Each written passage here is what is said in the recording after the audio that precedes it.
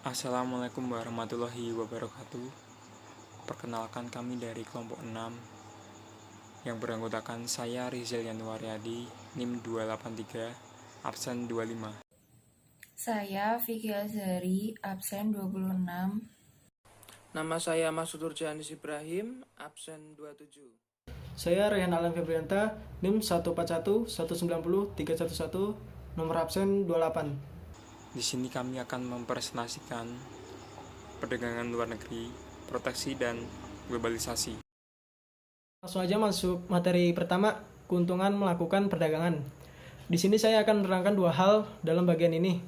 Pertama, yaitu saya akan menerangkan tentang perhatian pandangan para ahli-ahli ekonomi di masa merkantilis dan klasik mengenai sumbangan perdagangan luar negeri kepada masyarakat. Setelah itu, saya akan menerangkan berbagai keuntungan melakukan perdagangan luar negeri. Langsung aja masuk ke pandangan mazhab merkantilis dan klasik. Menurut mazhab merkantilis, suatu negara dapat mempertinggi kekayaan dengan cara menjual barang-barang ke luar negeri. Nah, sesudah itu, ahli ekonomi klasik menganalisis lebih dalam dan mengemukakan pandangan-pandangan tersebut yang lebih logis untuk menerangkan perlunya perdagangan luar negeri dalam mengembangkan suatu perekonomian. David Ricardo, seorang ekonom, mengemukakan teori mengenai keuntungan yang diperoleh dari spesialisasi dan perdagangan. Berdasarkan teori tersebut, negara-negara digalakkan menjalankan sistem perdagangan bebas. Ya, lanjut saya akan menerangkan bagian kedua dari hal penting yang barusan telah saya beritahu, yaitu tentang beberapa keuntungan melakukan perdagangan. Pertama, memperoleh barang yang tidak dapat diproduksi di dalam negeri. Karena setiap negara tidak dapat menghasilkan semua barang-barang yang dibutuhkannya, pasti. Maka negara-negara tersebut harus mengimpor barang-barang dari negara maju. Kedua, memperoleh keuntungan dari spesialisasi. Penggunaan sumber daya produksi tertentu khusus untuk pembuatan jajaran produk yang terbatas itu disebut spesialisasi. Walaupun suatu negara dapat memproduksi sesuatu barang yang sama jenisnya dengan yang diproduksi oleh negara lain, tetapi ada kalanya negara tersebut lebih baik mengimpor barang tersebut dari luar negeri. Nah, setiap negara juga memperoleh keuntungan. Keuntungan itu apa aja? Pertama, faktor-faktor yang dimiliki setiap negara dapat digunakan dengan lebih efisien. Kedua, setiap negara dapat menikmati lebih banyak barang dari yang dapat diproduksi di dalam negeri. Ya, sudah itu kita akan memasuki poin ketiga sebelum memasuki poin terakhir. Poin ketiga yaitu memperluas pasar industri-industri dalam negeri. Beberapa jenis telah dapat memenuhi permintaan dalam negeri sebelum mesin-mesin atau alat-alat produksi sepenuhnya digunakan. Sehingga satu-satunya cara untuk memperoleh pasaran adalah dengan cara mengekspor ke luar negeri. Apabila kapasitas dari mesin-mesin rendah, maka kegiatan ekspor ke luar negeri akan mempertinggi keefisienannya dari mesin-mesin yang digunakan dan mengurangi biaya produksi. Dengan demikian juga, perdagangan luar negeri bukan hanya saja akan menambah produksi dan keuntungan, tetapi juga menurunkan biaya produksi. Ya, lanjut ke poin terakhir, menggunakan teknologi modern dan meningkatkan produktivitas. Tentunya atau pastinya, perdagangan luar negeri memungkinkan suatu negara untuk mempelajari teknik produksi yang lebih efisien dan cara-cara manajemen yang lebih modern. Negara-negara berkembang kegiatan ekonominya masih banyak menggunakan teknik produksi dan cara manajemen yang tradisional. Maka dari itu, dengan mengimpor teknologi yang lebih modern, negara tersebut dapat menaikkan produktivitasnya dan ini akan mempercepat pertambahan produksi. Lanjut, setelah sebelumnya saya menjelaskan tentang keuntungan dari perdagangan, di sini saya akan menjelaskan keuntungan dari spesialisasi. Ada dua keuntungan penting yang akan diperoleh setiap negara. Faktor-faktor produksi akan dapat digunakan dengan efisien. Kedua, penduduk negara akan menikmati lebih banyak barang. Nah, dari keuntungan tersebut ada beberapa asumsi yang digunakan. Dalam menunjukkan keuntungan yang didapat dari perdagangan luar negeri, biasanya digunakan dua cara. Pertama yaitu dengan menggunakan angka-angka, dan kedua itu menggunakan grafik. Lanjut, dalam menunjukkan keuntungan perdagangan luar negeri dengan angka-angka, ada dua gambaran yang akan dibuat, yaitu gambaran di mana masing-masing negara memiliki keuntungan mutlak dalam mengeluarkan suatu barang. Nah, yang kedua ini sama, cuman yang berbeda itu keuntungannya doang. Gambaran di mana masing-masing negara memiliki keuntungan berbanding dalam mengeluarkan suatu barang. Nah, dari dua keuntungan tersebut selebihnya akan dijelaskan oleh teman saya nanti. Lanjut. Dua asumsi penting yang lain adalah: pertama, setiap negara yang melakukan perdagangan telah mencapai kesempatan kerja penuh. Artinya tidak terdapat faktor produksi yang menganggur. Kedua, setiap negara yang melakukan perdagangan tidak menggunakan hambatan perdagangan dalam perdagangan luar negeri, atau setiap negara menjalankan perdagangan bebas.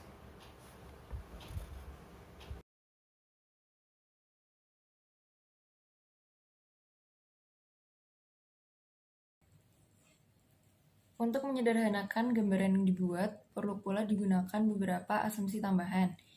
Yang pertama, hanya dua negara yang akan melakukan spesialisasi dan perdagangan. Yang kedua, masing-masing negara hanya memproduksikan dua jenis barang. Yang ketiga, masing-masing barang hanya memiliki dua unit faktor produksi. Dan yang terakhir, harga relatif atau biaya penggantian yang dapat didefinisikan sebagai harga salah satu barang yang dinyatakan dalam unit barang lainnya adalah tetap. Selanjutnya ada keuntungan mutlak dan keuntungan berbanding. Keuntungan mutlak adalah keuntungan yang diperoleh oleh suatu negara dari mengkhususkan kegiatannya kepada memproduksikan barang-barang dengan efisiensi yang lebih tinggi dari negara-negara lain.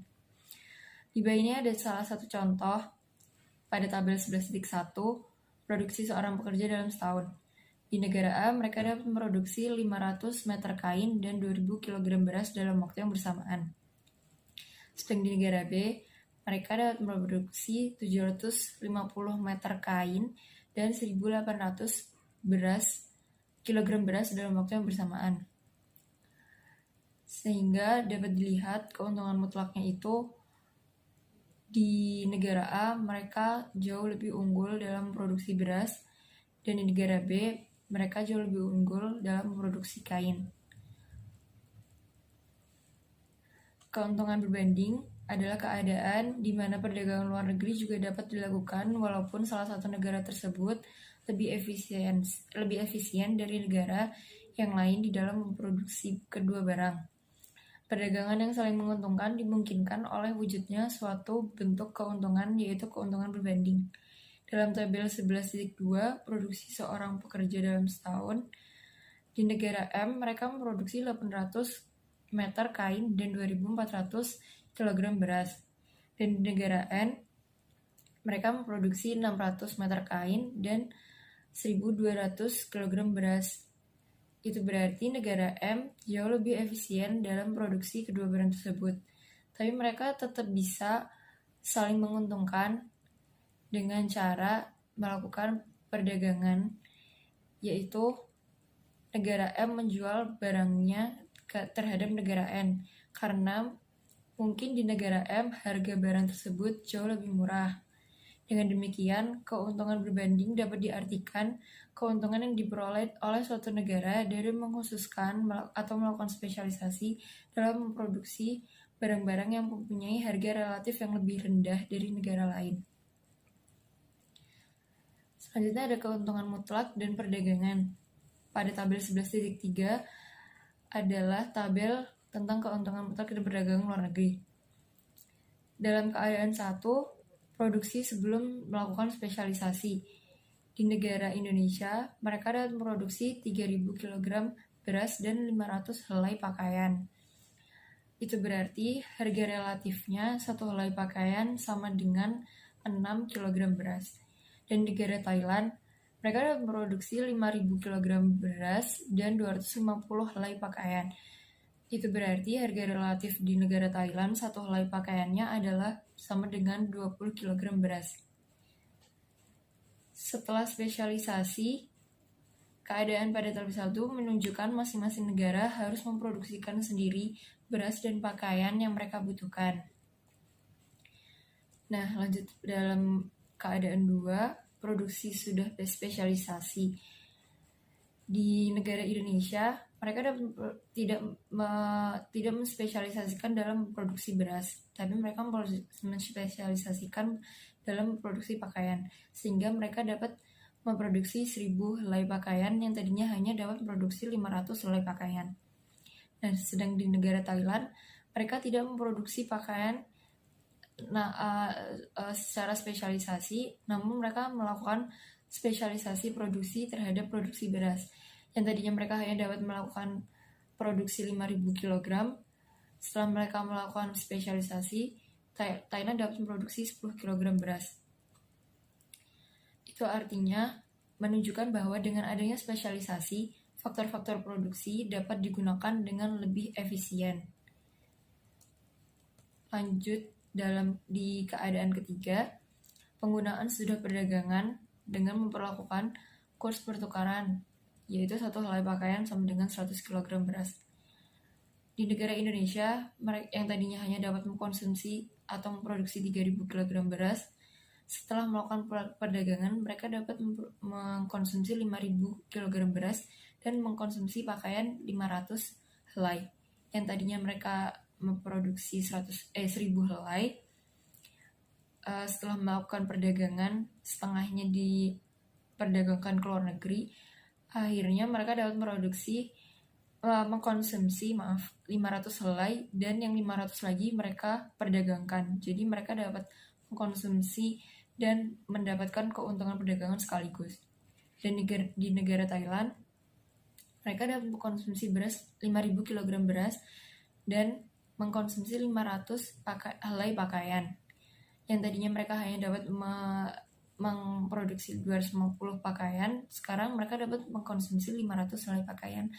Dan mereka dapat mengkonsumsi 5 kg beras, yang sebelumnya mereka memproduksi 10 kg beras setelah spesialisasi, dan setengahnya diperdagangkan ke luar negeri. Jadi mereka dapat mengkonsumsi 5.000 kg beras dan memperdagangkan, sehingga mereka mendapatkan untung sekaligus mengkonsumsi barang yang mereka produksi. Itu kesimpulannya, mereka setiap negara dapat menikmati lebih banyak barang dari yang dapat dihasilkan di dalam negeri. Selanjutnya ada keuntungan berbanding dan perdagangan. Tabel 11.4 adalah tabel keuntungan berbanding dan perdagangan luar negeri. Di keadaan 1, produksi sebelum spesialisasi. Jepang dapat memproduksi 20 mobil dan 1.200 televisi. Harga relatifnya berarti satu mobil sama dengan 60 televisi. Dan di Amerika Serikat, mereka dapat memproduksi 50 mobil dan 1.500 produksi televisi. Itu berarti harga relatifnya satu mobil sama dengan 30 televisi. Dapat disimpulkan berarti di Jepang harga satu mobil itu lebih mahal dibandingkan di Amerika Serikat. Dan di keadaan 2, produksi sudah spesialisasi, Jepang melakukan spesialisasi pada produk televisi sehingga mereka dapat meningkatkan 2 kali lipat produksinya menjadi 2.400. Dan di Amerika Serikat, mereka melakukan spesialisasi pada produksi mobil yang sebelumnya hanya dapat memproduksi 50, sekarang mereka dapat memproduksi 100 mobil. Dan di keadaan 3, konsumsi sudah perdagangan dengan melakukan kurs pertukaran juga. Di negara Jepang, mereka dapat mengkonsumsi 40 mobil dan 800 televisi. Dan di Amerika Serikat, mereka dapat mengkonsumsi 60 mobil dan 1.600 televisi. Selanjutnya akan dijelaskan oleh teman saya. Sebelum spesialisasi, disimpulkan bahwa harga relatif lebih murah mobil di Amerika dan sebaliknya harga relatif televisi lebih murah di Jepang.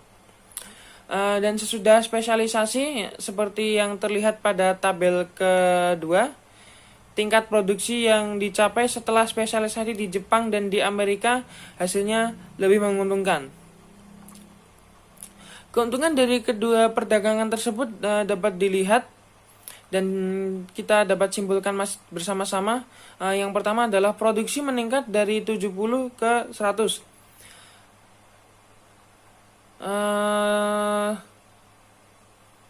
Tetapi produksi televisi berkurang dari 2.700 ke 2.400 unit. Namun keadaan tersebut tetap sama-sama menguntungkan. Yang kedua adalah Amerika Serikat menikmati keuntungan yang nyata karena mobil dan televisi yang dinikmati lebih dari jumlah yang dapat diproduksi. Untuk yang ketiga, jumlah televisi di Jepang berkurang sebanyak 400, tetapi jumlah mobil yang meningkat sebanyak 20. Sehingga dapat kita lihat bersama bahwa Jepang juga memperoleh keuntungan dari perdagangan tersebut. Yang selanjutnya ada keuntungan perdagangan dalam grafik pada slide ke-15. Di sini dicantumkan yaitu produksi di Prancis dan Kanada sebelum perdagangan pada gambar 11.1 dan pada gambar 11.2 yaitu produksi dan konsumsi di Prancis dan Kanada sesudah perdagangan. Di sini dapat kita ambil garis lurusnya, yaitu sebelum spesialisasi. Pada gambar A menunjukkan kurva kemungkinan produksi untuk franchise. Ia menggambarkan bahwa apabila seluruh faktor produksi di Prancis digunakan untuk memproduksi radio, maka akan dihasilkan 120.000 unit. Sedangkan apabila produksinya adalah televisi, tetap sama, yaitu akan menghasilkan 1.200 unit juga.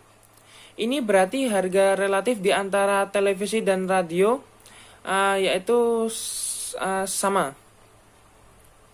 Pada gambar B menunjukkan bahwa kurva kemungkinan produksi untuk titik faktor-faktor produksi seluruhannya digunakan untuk menghasilkan suatu barang saja, karena dapat menghasilkan 60.000 radio atau 30.000 televisi. Ini berarti harga relatif antara radio dan televisi, dua radio berseharga dengan satu televisi. Dan sesudah spesialisasi, di dalam contoh ini dimisalkan di dalam pasar luar negeri ada 1,5 radio seharga dengan satu televisi. Titik dengan kurs ini, Prancis dan Kanada akan memperoleh keuntungan dan perdagangan luar negeri. Dalam gambar 11.2, gambar A, kurs pertukaran tersebut ditunjukkan oleh garis N, yang mana dalam gambar 11.2 ditunjukkan oleh garis Q. Selanjutnya untuk slide ke-13, apa sih keuntungan spesialisasi dan perdagangan? Seperti yang telah dijelaskan pada kurva sebelumnya, dari gambar tersebut dapat kita lihat bersama-sama bahwa apabila seluruh faktor produksi di Prancis digunakan untuk memproduksi televisi, produksi akan menghasilkan sejumlah 120.000 unit, yang mana ditunjukkan oleh titik B. Di Kanada, produksi radio akan berjumlah 60.000, yang mana ditunjukkan oleh titik Q.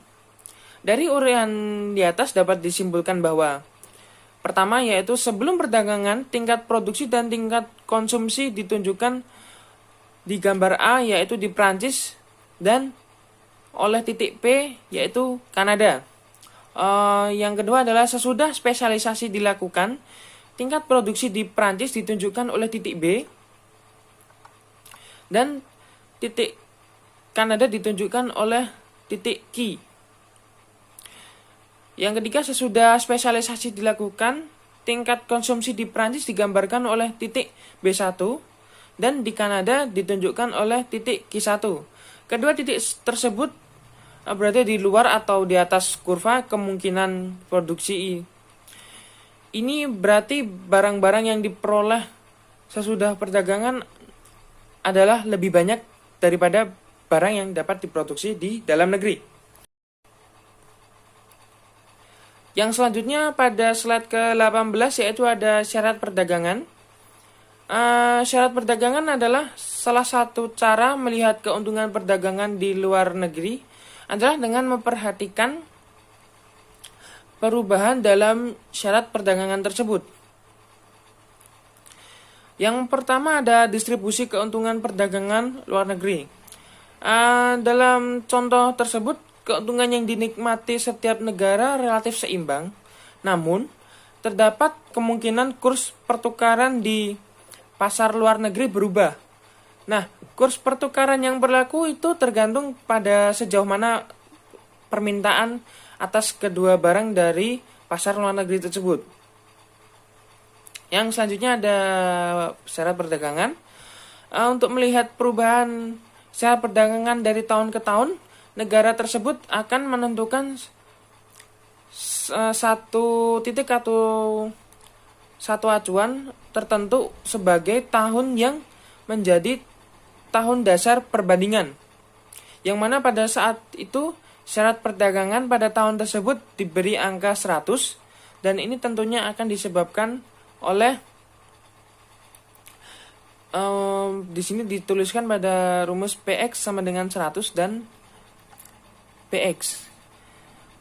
Selanjutnya akan dilanjutkan oleh teman saya. Baiklah, kita sudah masuk pada bagian proteksi dan pembatasan perdagangan. Konsep proteksi berarti usaha-usaha pemerintah yang membatasi atau mengurangi jumlah barang yang diimpor dari negara-negara lain dengan tujuan untuk mencapai beberapa tujuan tertentu yang penting artinya dalam pembangunan negara dan kemakmuran perekonomian negara. Faktor-faktor yang mendorong proteksi, yang pertama, proteksi mengatasi masalah deflasi dan pengangguran. Perkembangan ekonomi yang efisien di negara lain ada kalanya menimbulkan efek buruk kepada perekonomian. Perekonomian itu mungkin mengurangi ekspor dari negara yang bersangkutan atau impornya semakin bertambah, yang menyebabkan masalah-masalah ekonomi dalam negeri seperti inflasi, tuntutan upah, serikat buruh, dan kenaikan biaya yang tinggi dapat menyebabkan ketidakmampuan perusahaan dalam negeri bersaing dengan barang-barang luar negeri. Hal tersebut kerap kali mendorong pemerintah melakukan kebijakan proteksi agar perkembangan perusahaan-perusahaan dalam negeri tidak dipengaruhi oleh efek buruh sebagai akibat saingan barang impor. Yang kedua, proteksi mendorong perkembangan industri baru.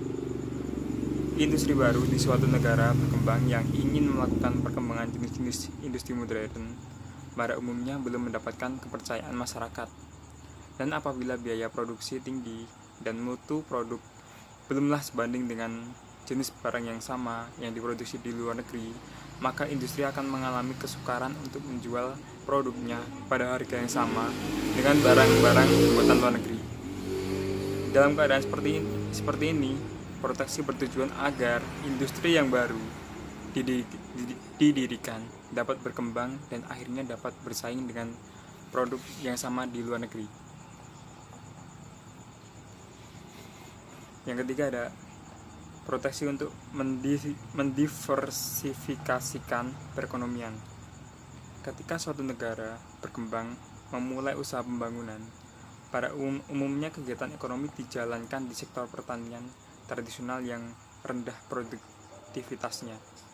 Ini menyebabkan pendapatan masyarakat sangat rendah. Untuk menaikkan pendapatan dan mengukuhkan struktur ekonomi adalah penting untuk mendiversifikasikan kegiatan ekonomi dan terutama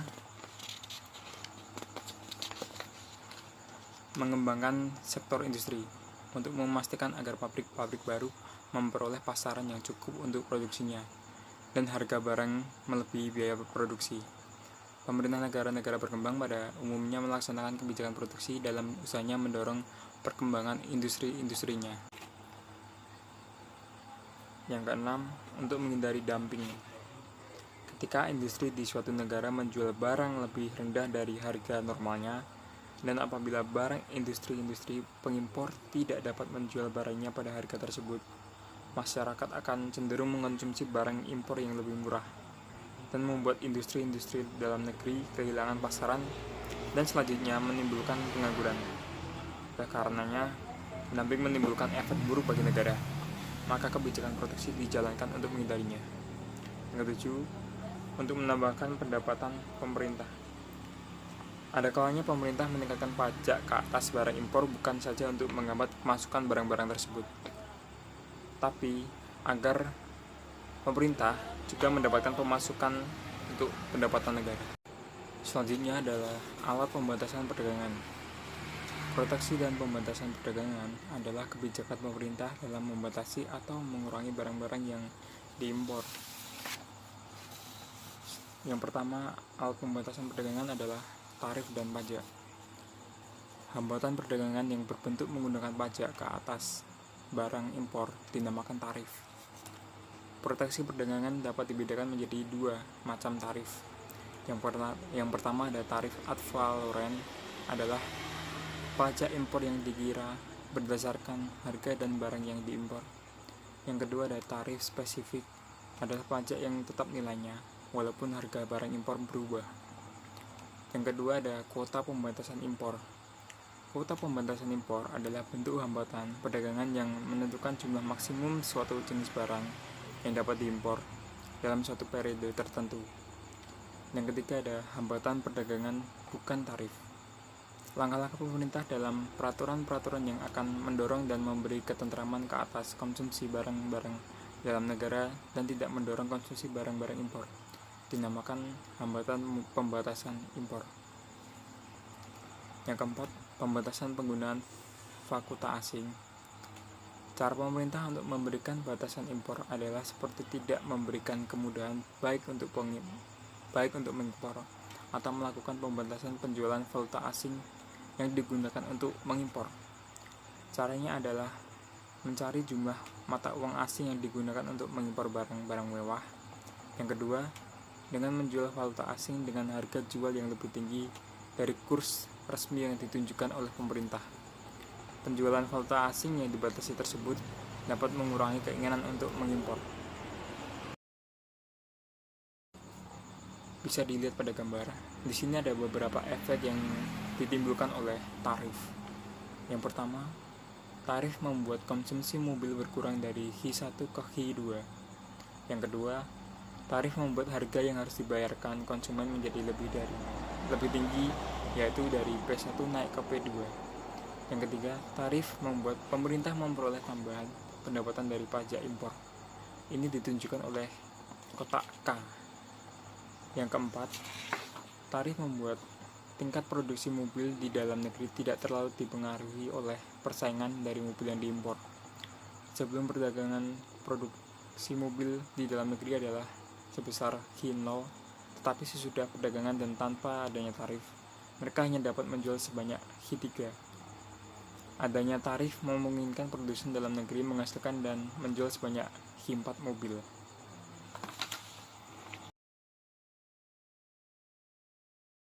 Globalisasi dan pertumbuhan ekonomi.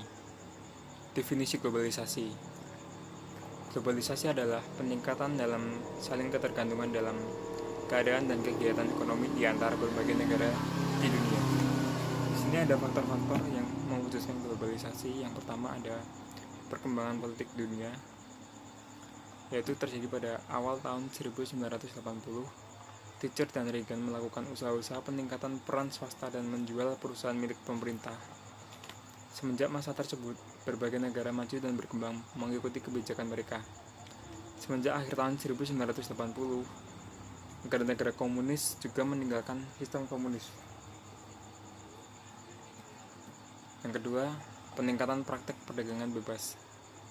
Ricardo pada abad 19 telah menunjukkan kebaikan dan menjalankan perdagangan bebas. Seterusnya, ahli ekonomi klasik seperti Adam Smith dan John Stuart Mill menunjukkan tentang kebaikan lain dari perdagangan bebas, yaitu meluaskan pasar produksi domestik dan mengimpor dana modal, barang modal, kemahiran, dan teknologi dari negara lain. Yang ketiga, ada perkembangan perusahaan multinasional. Semenjak Perang Dunia Kedua, perusahaan-perusahaan besar di berbagai negara maju mulai mengembangkan investasi ke banyak negara, termasuk ke negara berkembang. Perusahaan-perusahaan raksasa ini dikenal sebagai multinational corporation atau MNC, seperti contohnya Honda dan Sony. Yang keempat, perdagangan investasi portofolio di pasar luar negeri.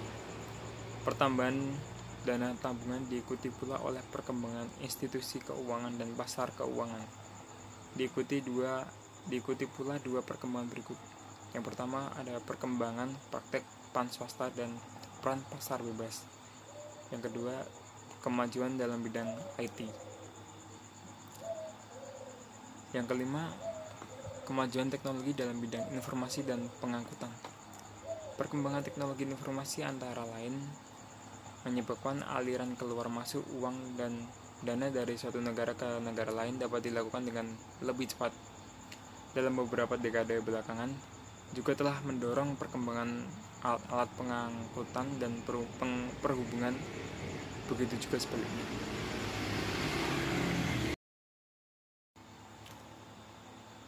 Globalisasi dan pertumbuhan ekonomi. Di sini ada beberapa kebaikan globalisasi. Yang pertama, produk dunia dapat ditingkatkan. Yang kedua, meningkatkan kemakmuran masyarakat dalam suatu negara.